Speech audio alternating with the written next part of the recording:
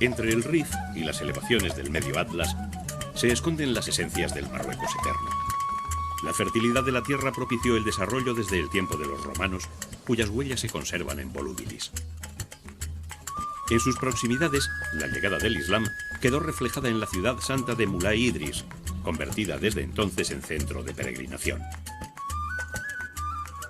La magnificencia de las dinastías reales elevó la importancia de las tierras del medio Atlas al levantar Fez y Meknes, las ciudades imperiales que miran a los bosques de cedros protegidas por kilómetros de murallas. Penetrar en Fez permite conocer el centro espiritual del país. En el laberinto de su Medina milenaria se descubren las claves del antiguo Marruecos.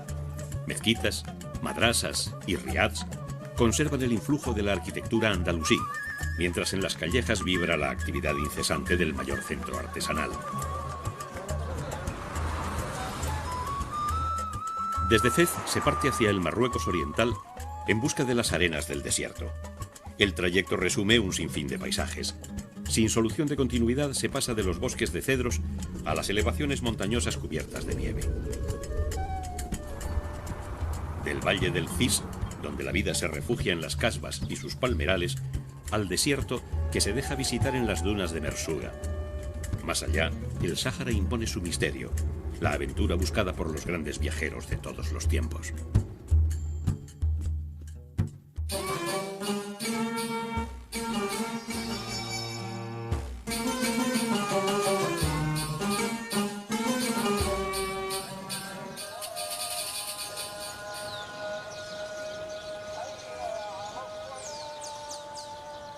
Fez se mantiene inalterable entre el verdor del valle.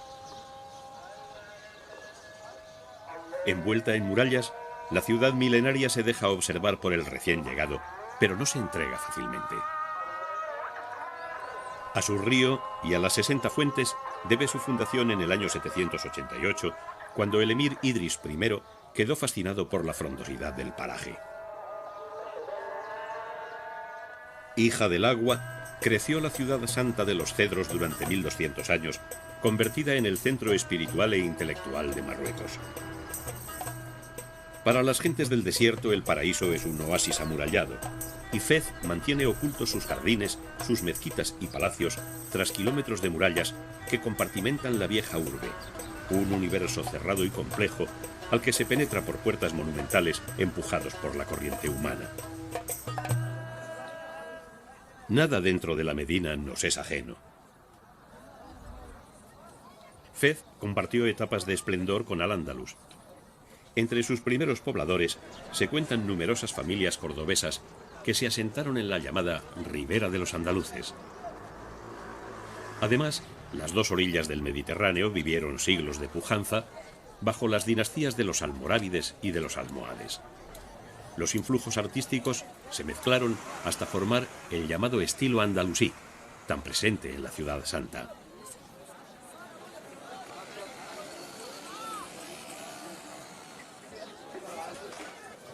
Cae la tarde y la plaza Bullud, en la antigua casba almohade, se llena de contadores de historias fabulosas, músicos y actores callejeros.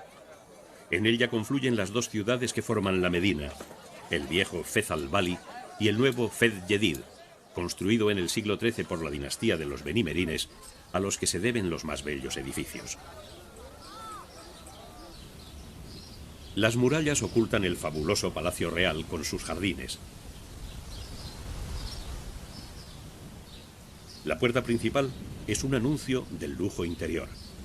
En ella se funden elementos decorativos de Al-Ándalus con otros marroquíes, dando lugar a una estética depurada que nos acompañará por todo el recorrido.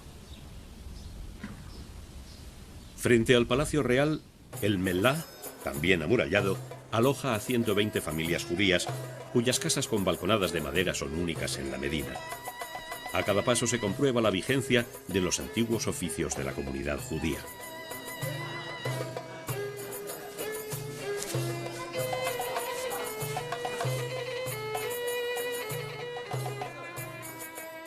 Abandonamos Fez Jedid por la puerta de Bullud y penetramos en la zona más antigua de la Medina, en Fez al-Bali, el mayor conjunto urbano del mundo sin tráfico rodado.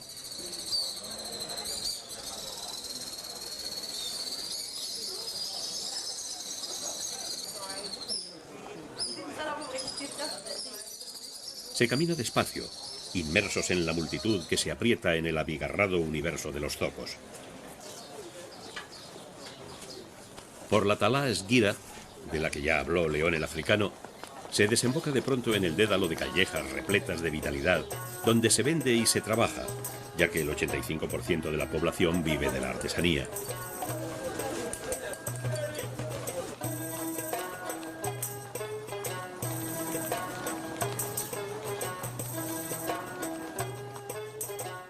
Y sobre todo se descubre el conjunto de madrasas y mezquitas donde se estudia y se da gracias a Alá cuando canta el muezín.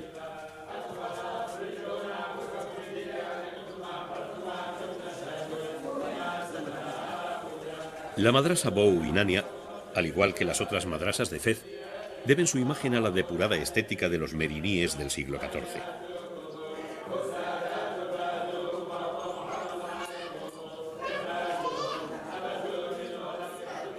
En el patio, la decoración alterna los azulejos y los adornos epigráficos con la elegancia de los estucos.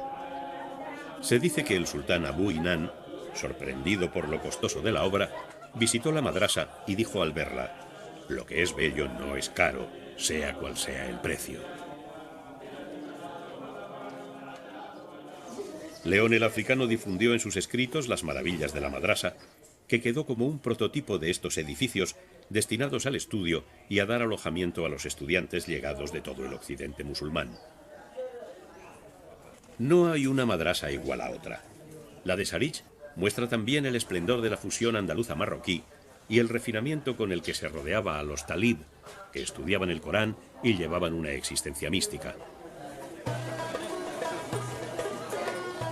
Tras las puertas de la madrasa, dejamos la calma para sumergirnos en el caos de la Medina, cuyos numerosos monumentos le han valido a Fez pertenecer al Patrimonio Mundial de la UNESCO. Entramos en el Riad de Nebi, que como todos los palacios de la Medina, reproduce la domus romana que se articula en torno a un patio central.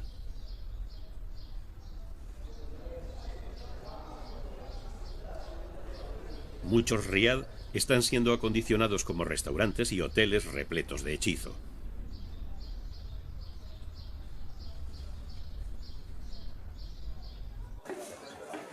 En la plaza de Neyarín se concentran varios de los elementos característicos de la vieja Medina: el zoco de los carpinteros, la fuente pública y el funduk, rehabilitado y convertido en museo de arte y artesanía de la madera.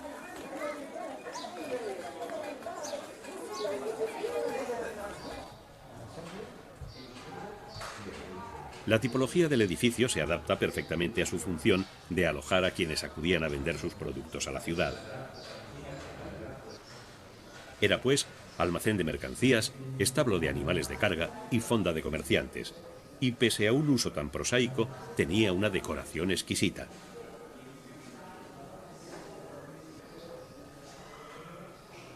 Pero León el Africano, que contó 200 posadas en el siglo XVI, advirtió que a pesar de su belleza eran muy incómodas, ya que solo te dan una alfombra y una manta para dormir.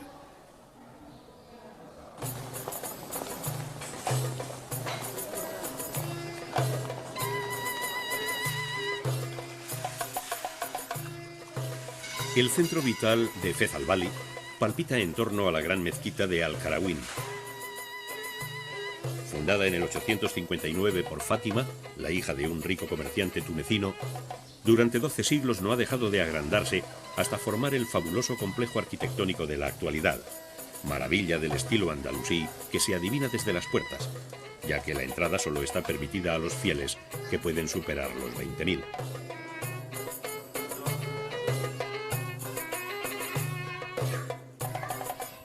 Símbolo del Islam, también alberga una de las universidades más antiguas del mundo, cuyo prestigio en el orbe islámico como centro académico musulmán solo es superado por Al-Azhar en el Cairo.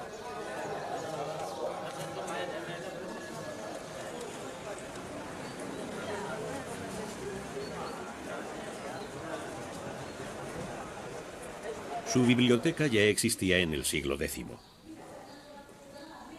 Desde el medioevo, los sabios del Magreb acudían atraídos por sus manuscritos científicos y sus códices miniados.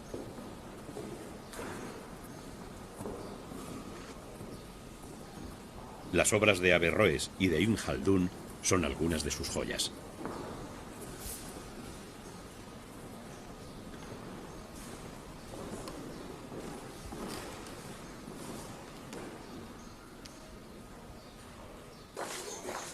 En cada encrucijada de la Medina aguarda un secreto.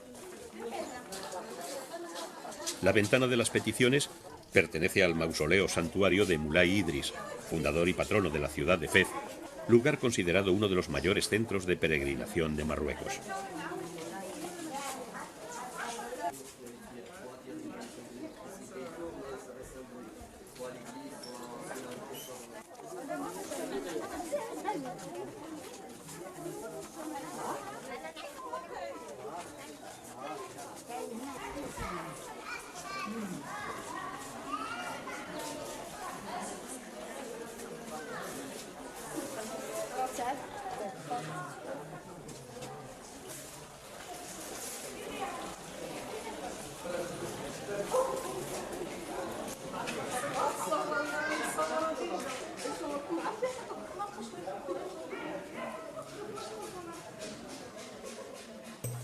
La ciudad, venerada en todo el Islam por su ortodoxia, guarda numerosos lugares santos en su casco antiguo, como la Zawiya de Sidi Ahmed Tijani, el creador de la Tarika de Tijaniyya, especie de cofradía muy reputada en los pueblos subsaharianos. Malineses, senegaleses y nigerianos, siguiendo las antiguas rutas del oro, visitan el mausoleo antes de emprender la peregrinación a la Meca. Además de a los lugares sagrados, el corazón de la Medina también pertenece a los zocos, calles dedicadas al comercio especializado, donde aceptan a los visitantes que sepan abrirse paso entre el gentío y no molesten a los transportistas, que reclaman a gritos el derecho de paso de sus burros y mulas.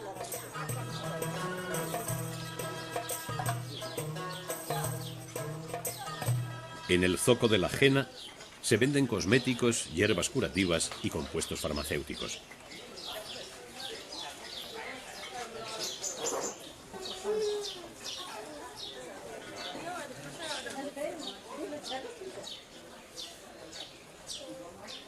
No es raro encontrarse con alguna mujer a la que están implantando los adornos hechos con la jena, una de las prácticas más extendidas del arte corporal bereber, sobre todo con motivo de alguna celebración, como las bodas.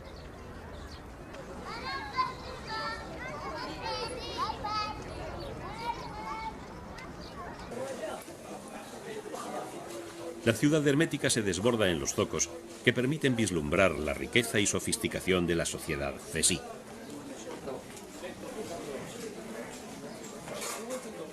Comercios mínimos que son como ventanas abiertas a un tiempo pasado que aquí permanece aún vivo a través de un sinfín de productos, de olores y sabores.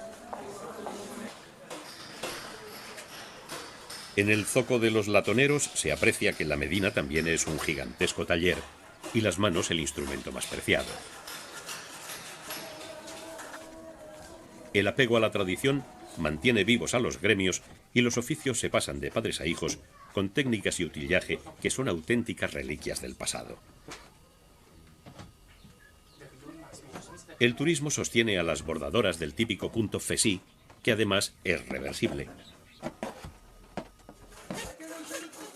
Sin embargo, otros oficios están desapareciendo. De la antigua fabricación a mano de peines de asta, solo queda un artesano.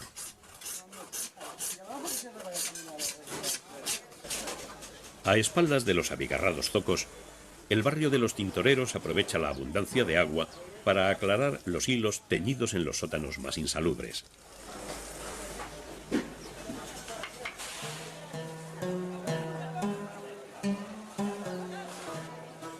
El hedor indica que estamos en el barrio de los curtidores.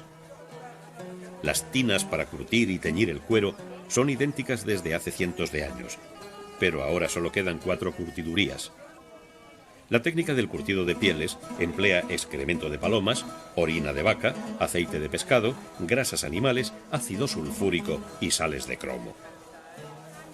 Una y otra vez, las piezas son secadas al sol hasta que están listas para recibir las tinturas. El proceso es tan duro y el resultado tan rentable por los famosos cueros y marroquinerías que los curtidores pertenecen a uno de los gremios más prestigiosos.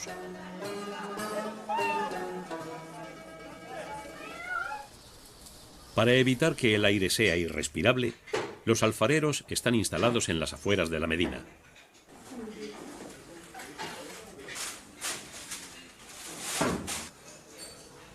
La división del trabajo se practica rigurosamente en la elaboración de cada pieza.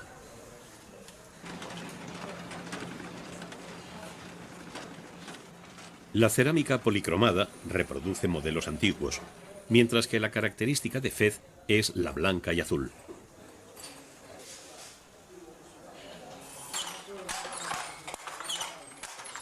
El arte del tejido, que alcanzó su esplendor con los merinides, continúa ofreciendo una riqueza tan extraordinaria que fue exportado a la otra orilla del Mediterráneo.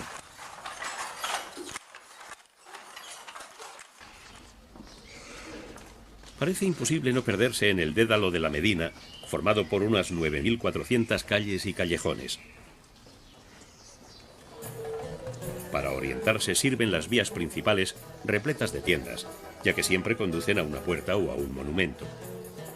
Las secundarias, donde viven 360.000 fesís, invitan a dejarse llevar sin rumbo fijo, de sorpresa en sorpresa, aunque se termine en un callejón sin salida. Al observar la vida cotidiana se vence el hermetismo de la Medina. Unas 100 familias llevan sus hogazas a cocer al horno y curiosamente el panadero sabe identificarlas. Un viejo dicho afirma: solo el pan tiene el poder de aglutinar a todo el barrio. Cada barrio del viejo Fez tiene una serie de espacios públicos que centran la vida diaria. Uno de ellos es la escuela de los más pequeños, que aprenden a leer y escribir mientras cantan los versículos del Corán. Mi nombre es Nesha Al-Hayani. Soy maestra de preescolar y esta escuela pertenece a la Zawiya Verde, una asociación benéfica. La mayoría de los niños tienen entre 4 y 5 años. Estudian aquí 1 o 2 años y después van a la escuela. Los niños aprenden el Corán a leer, escribir y expresión oral. El programa de esta escuela gratuita es el mismo que el de cualquier otra escuela de preescolar.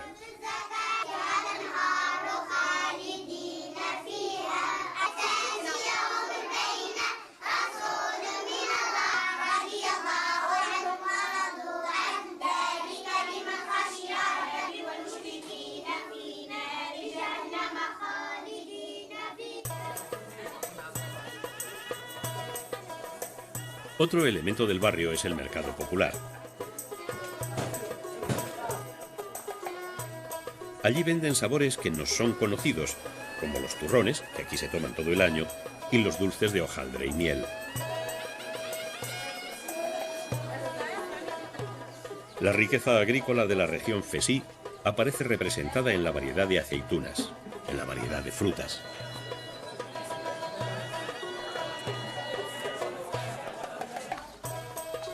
Pero la vida de cada barrio se centra en la mezquita, que puede ser tan monumental como Al-Ándalus, mandada a construir a mediados del siglo IX.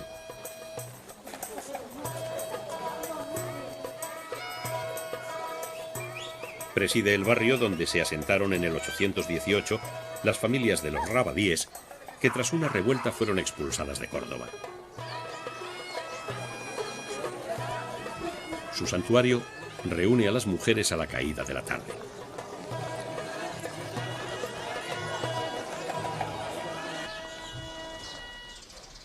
La búsqueda de la esencia de Fez se interrumpe ante las casas herméticamente cerradas. Tras las puertas se esconde la vida de la ciudad vedada al viajero. Algunos detalles nos hablan de ella, como el doble llamador con el que el marido avisa a su esposa si llega solo o acompañado de visitas masculinas.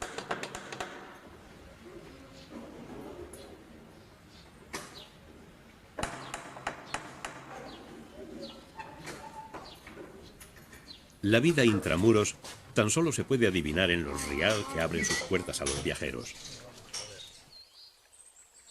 Entonces aparecen los patios prisioneros y los fastuosos salones de las grandes familias, como la de Mohamed Sergi.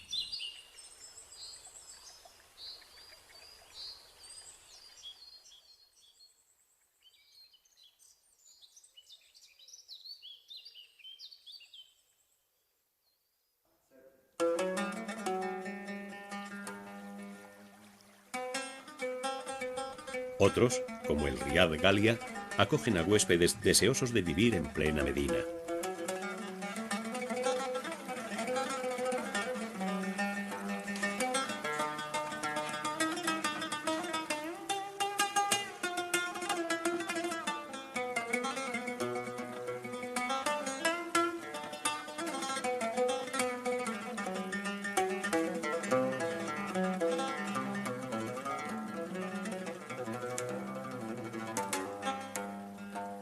الورد يفتح ويتبات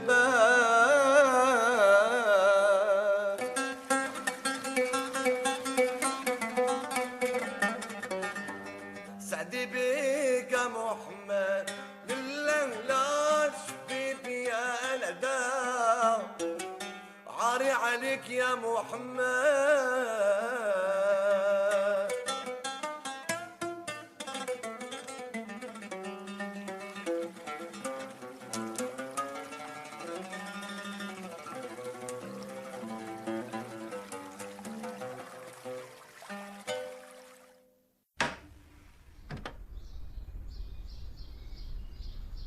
Interiores misteriosos que sirven de salas de audición durante el Festival Anual de Música Sagrada del Mundo.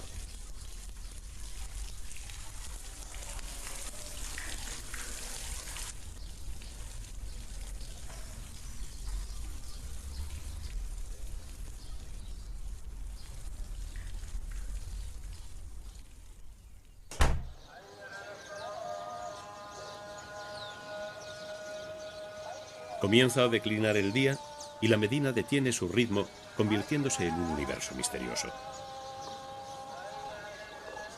Entonces surge el genuino sonido del Islam, el canto de los muecines llamando a la oración.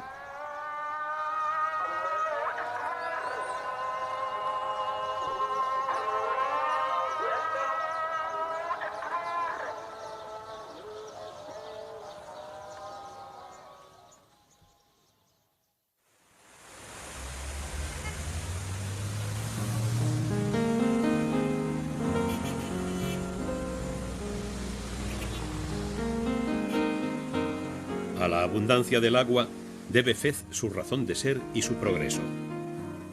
Ella unifica la Fez moderna y la antigua Medina.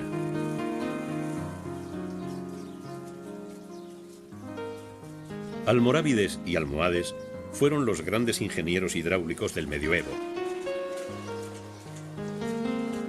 Se sabe que en el siglo XII existían en la Medina de Fez más de 80 fuentes públicas, 93 hammam, 72 salas de abluciones y un sistema de canalización de 70 kilómetros que abastecía a más de 3.500 fuentes domésticas.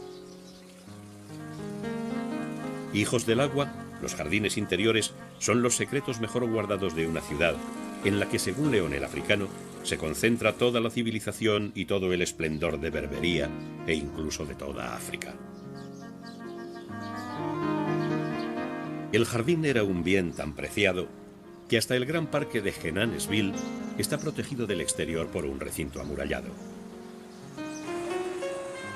El agua, riqueza y emblema del antiguo Fez, ha sido utilizada como elemento decorativo en el ensanche urbano realizado en tiempos del protectorado francés.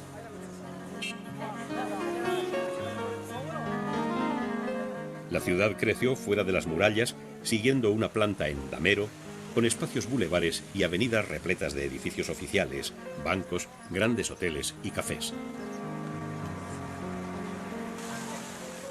La vieja Fez quedó intacta y, aunque perdió la capitalidad definitivamente, se convirtió en la mayor defensora de la tradición.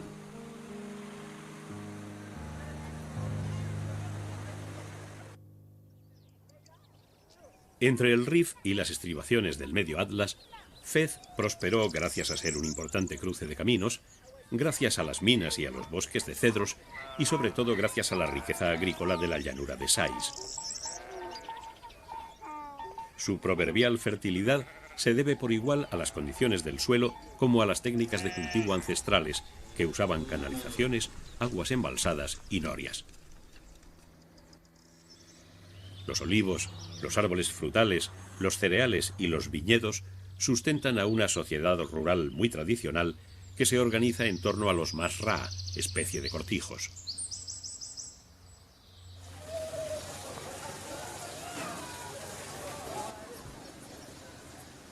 La variada orografía sorprende por los surgimientos de aguas termales. De la fuente de Sidi Harasem mana un agua beneficiosa para los enfermos del hígado o el riñón, y en torno suyo existe un centro vacacional. Pero no es la única. El termalismo está muy desarrollado en las cercanías de Fez.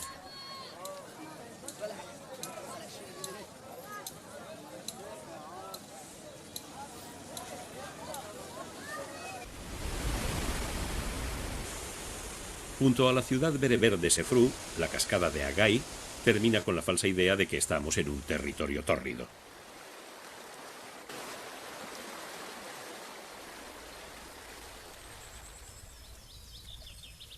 Entre los campos de cultivo surge Volúbilis del fondo de la historia. Allí se alzó la ciudad de Yuba II, aquel rey y escritor grecolatino casado con la hija de Cleopatra al inicio de la era cristiana. Penetramos por el Decumanus Maximus de la ciudad romana de los siglos II y III, a la que pertenecen las ruinas. A ambos lados de la calle principal se extienden los barrios de casas patricias adornadas con mosaicos.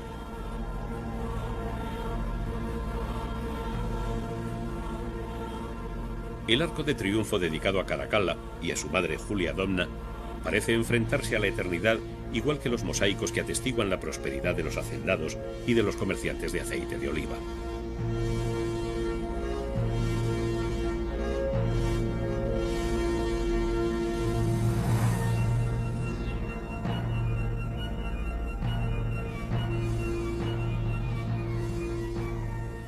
El tiempo, ese gran destructor, tampoco ha terminado con el edificio de la Basílica Civil, que enmarca los restos del foro destinado a una población cercana a las 20.000 personas. Hoy, la que fue una de las ciudades más lejanas de Roma, sirve de escenario para el festival anual de música sagrada del mundo. Volúbilis permaneció habitada tras la caída del Imperio Romano y recibió en el siglo VIII a Idris I, fugitivo de Bagdad. El fundador de la dinastía de los Idrisíes fue enterrado en las cercanías. En torno a la tumba del rey descendiente del profeta, creció la población de Muley Idris. Nos recibe con un curioso minarete circular único en Marruecos, que no tiene más de 70 años. Y amablemente nos advierten que en Muley Idris solo pueden residir musulmanes, ya que estamos en una auténtica ciudad religiosa islámica.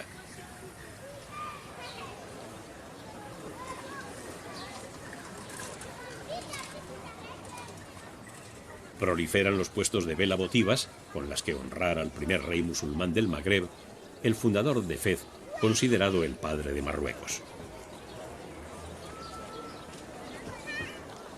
Como en la mayoría de los edificios religiosos marroquíes, la entrada está prohibida para los infieles.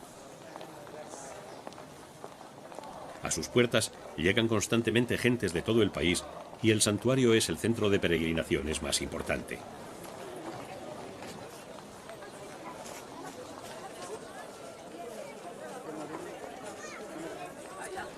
Desparramado por las montañas, el caserío blanco es el pasquín con el que Marruecos anuncia el fascinante mundo de tradición y de belleza que atesora entre sus límites.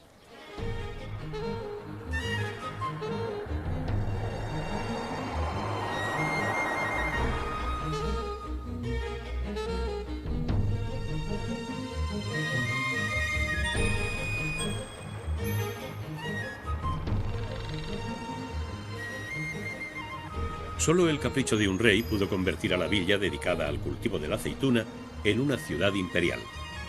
Fez estaba demasiado próxima, pero Muley Ismail necesitaba una ciudad del siglo XVIII, con todos los adelantos de la época, para convertirla en la nueva capital y en la nueva corte. y no dudó en realizar uno de los mayores proyectos constructivos de todos los tiempos en el Magreb. Levantó un recinto amurallado de 24 kilómetros y 20 puertas monumentales para proteger la plaza fuerte y la residencia real desde la que gobernó 55 años. El gigantismo y la unidad de estilo se manifiestan en la nueva ciudad proyectada de manera unitaria.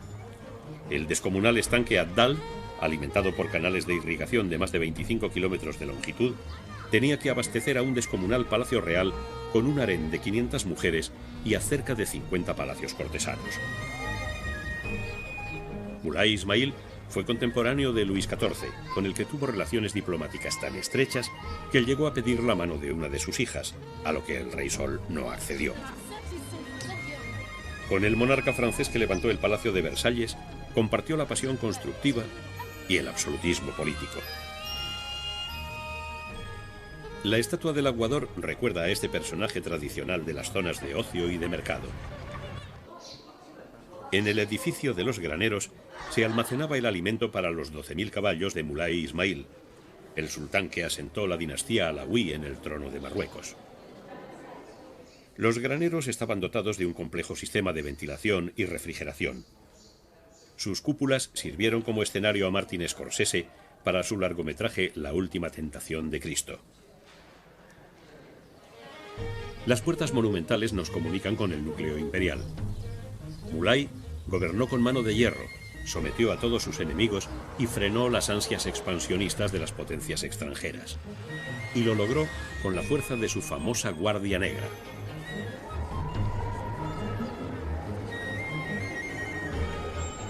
Tras la puerta de Bab el-Mansur, la entrada principal a la nueva ciudad, se llega a la plaza del Lalla Auda, donde Mulay pasaba revista a su guardia, integrada inicialmente por 16.000 esclavos subsaharianos, cuyos descendientes eran entrenados para formar parte de estas tropas de élite que llegaron a contar con 150.000 miembros.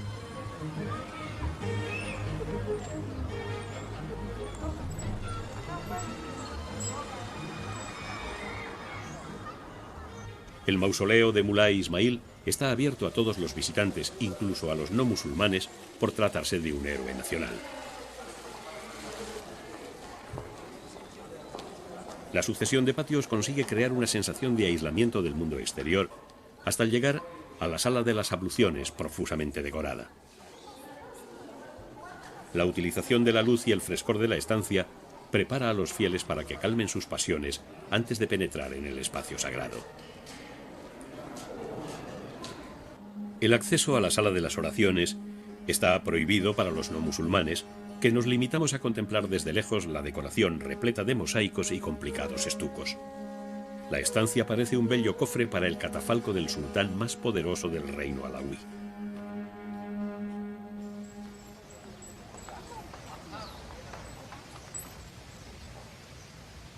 La gigantesca plaza de El Hedim separa la ciudad imperial del dédalo de callejas de la Medina. El Palacio Dar-Yamay abre sus puertas a la Gran Plaza, aunque es muy posterior, ya que fue levantado en el siglo XIX. Famoso por el conjunto de patios de inspiración andaluza, sus salas acogen el Museo de Artes Marroquíes.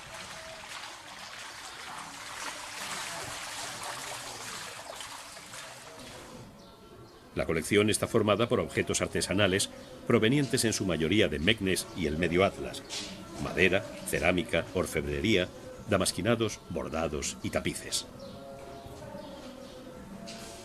En el piso superior, la estancia de recepción del visir está cubierta con un fabuloso artesonado de madera labrada que nos permite conocer la vida en los palacios. Junto a la puerta del palacio se abre el laberinto de callejas de la Medina repleta de zocos.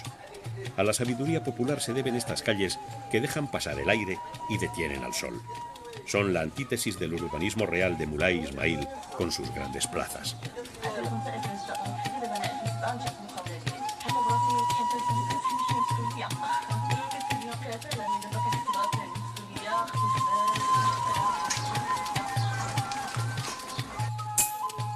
Se trabaja en las calles, que sirven de talleres improvisados.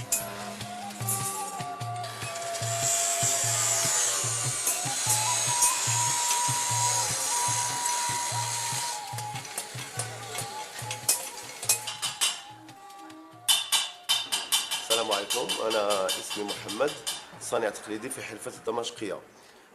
Mohamed nos cuenta que es artesano de damasquinado y su forma de trabajar con hilo de plata sobre plato de hierro u otro objeto que queramos decorar. Introducimos el plato de hierro al horno para cambiar el color, rayamos el plato con un cuchillo para poder encastrar el hilo. Una vez rayado lo volvemos a introducir al horno porque se nos ha quedado blanco y no distinguimos el hilo. Y con este martillo comenzamos a trabajar.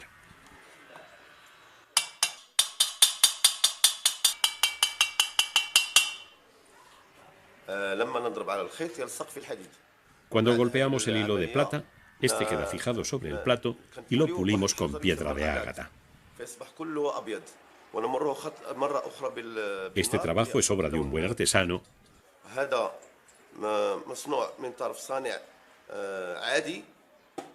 y este otro de un artista.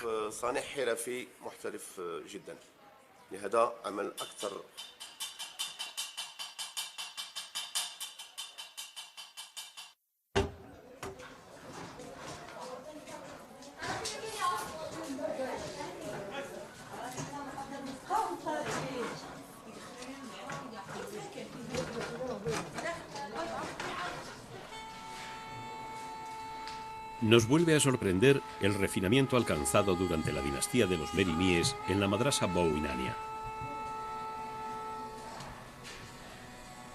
El influjo andalusí se funde con los elementos propiamente marroquíes en el patio de esta escuela coránica que llegó a tener 100 alumnos residentes.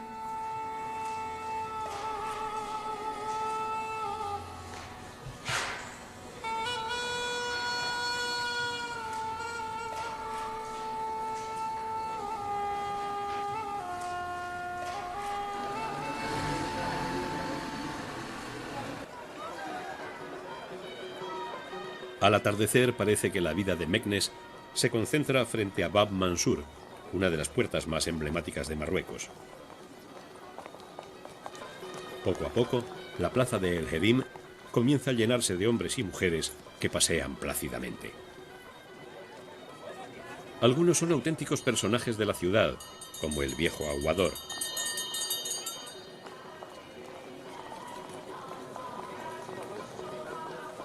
Los curiosos rodean a los contadores de historias fabulosas, a los grupos bereberes, a los músicos ambulantes.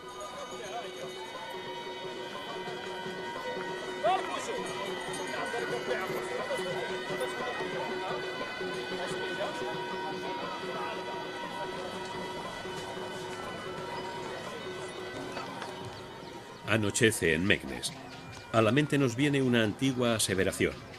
Los árabes aportaron la nobleza, los andaluces el refinamiento, los judíos su astucia y los bereberes su tenacidad.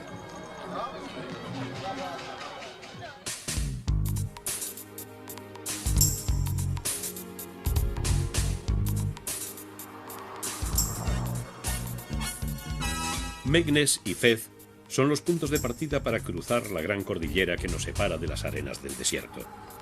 El buen estado de las carreteras que unen Fez con Erfoud logran que el viaje se realice en una jornada. Sin embargo, los contrastes son tan profundos que se alarga la sensación de lejanía. De Ifrén, una población de vacaciones moderna y de aspecto europeo, parten numerosas rutas que se adentran en la compleja orografía de las montañas bereberes. La masa boscosa del medio Atlas oculta una serie de lagos y montañas. Nos encontramos en el territorio mítico de los cedros y de las monas de Berbería, supervivientes de una fauna autóctona de la que han desaparecido los grandes depredadores como el león. En las proximidades de Midelt surgen los picos nevados del Alto Atlas. El viaje se convierte en una alucinante lección de geografía en estado puro. El desierto aparece defendido por la nieve. Las fuerzas de la erosión han labrado las profundas gargantas del Cis, que nos conducen a un mundo radicalmente distinto, al de los oasis, donde los bereberes han levantado las impresionantes casbah de adobe y los más pequeños kasurs.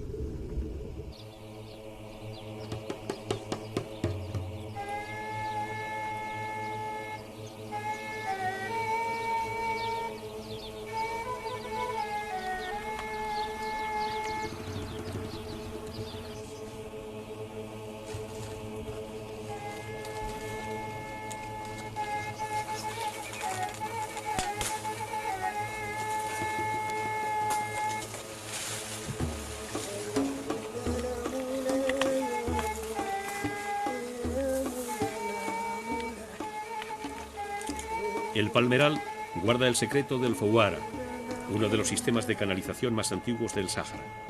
Utilizaba galerías subterráneas que llevaban durante kilómetros las aguas de capas freáticas superiores hasta las seguia, los canales de riego de los palmerales. Son necesarios cuando los ríos se secan y las mujeres no pueden acudir a sus orillas a lavar la ropa.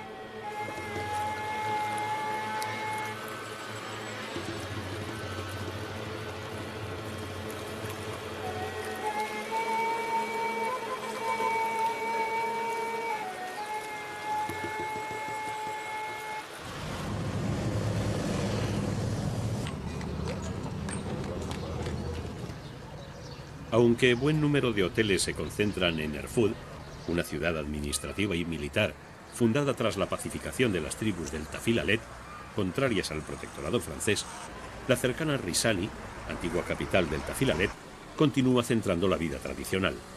En la actualidad ha dejado de ser el gran puerto caravanero de la ruta que unía Mauritania con Sudán.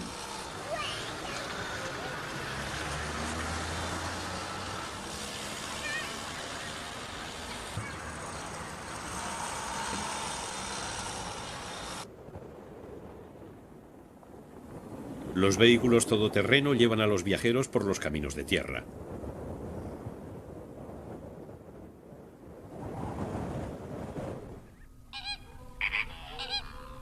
En primavera se forma un lago en las cercanías de las dunas de Mersuga, donde los ornitólogos disfrutan con las aves del desierto y a veces con los flamencos rosas.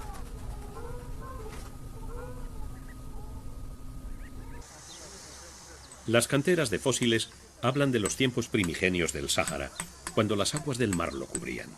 Estos fósiles son uno de los mejores recuerdos del Tafilalet.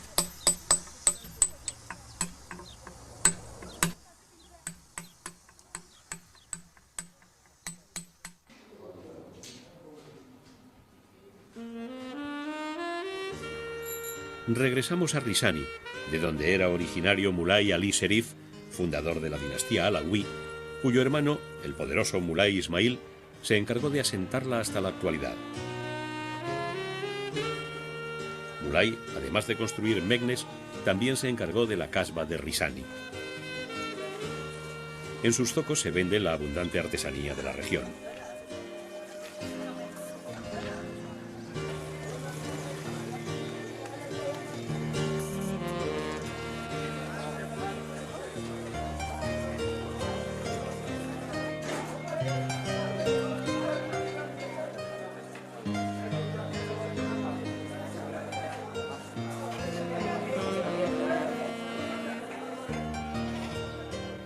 Risani es el centro comercial en el que se integran curiosos mercados como el de ganado ovino.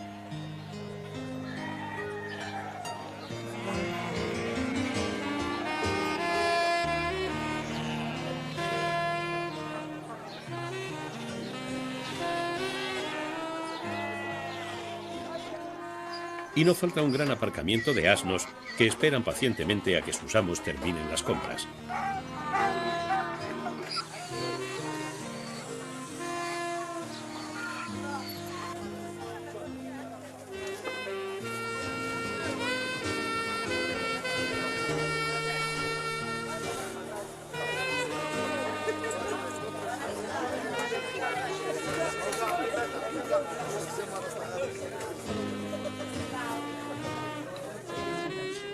La fabricación y venta de alfombras es una actividad fundamental de la población local. Para apreciar la variedad de calidades, formas y dibujos se necesita tiempo, un buen té y una gran capacidad de regateo. Este tejido reversible con dos caras. Mira, esta es una alfombra bereber, tiene 3 técnicas. Estaba tejido, anudado y bordado.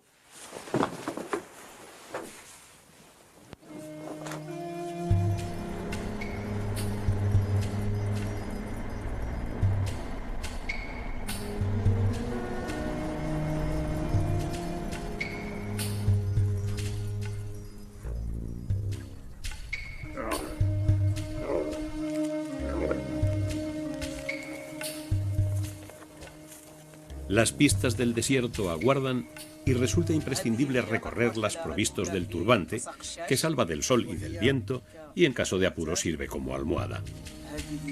المرحلة الأولى، وفي المرحلة الثانية تبدو هذه التمشية هكا. وختاما السلام عليكم. Los modernos hoteles han sido levantados siguiendo la arquitectura local.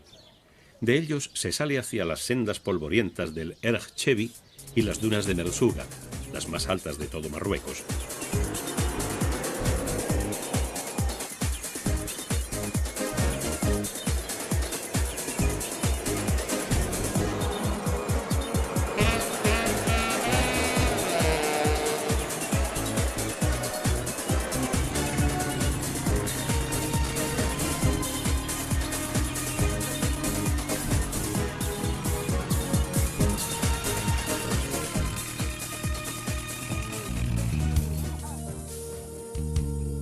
Las caravanas de camellos se adentran en el misterio de un reino solitario, avanzando por su epidermis de suaves arenas. Compartir la aventura del desierto, sentirse inmerso en 8 millones de kilómetros cuadrados de desolación y conocer sus leyendas, solo es comparable al poder de seducción de una fiesta en las dunas bajo las estrellas.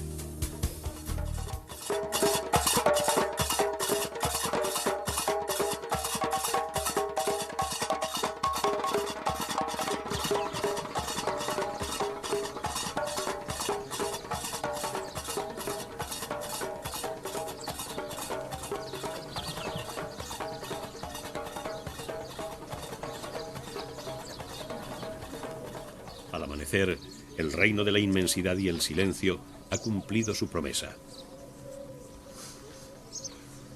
El Sáhara llamará para siempre a aquellos que han probado el sabor de su aventura.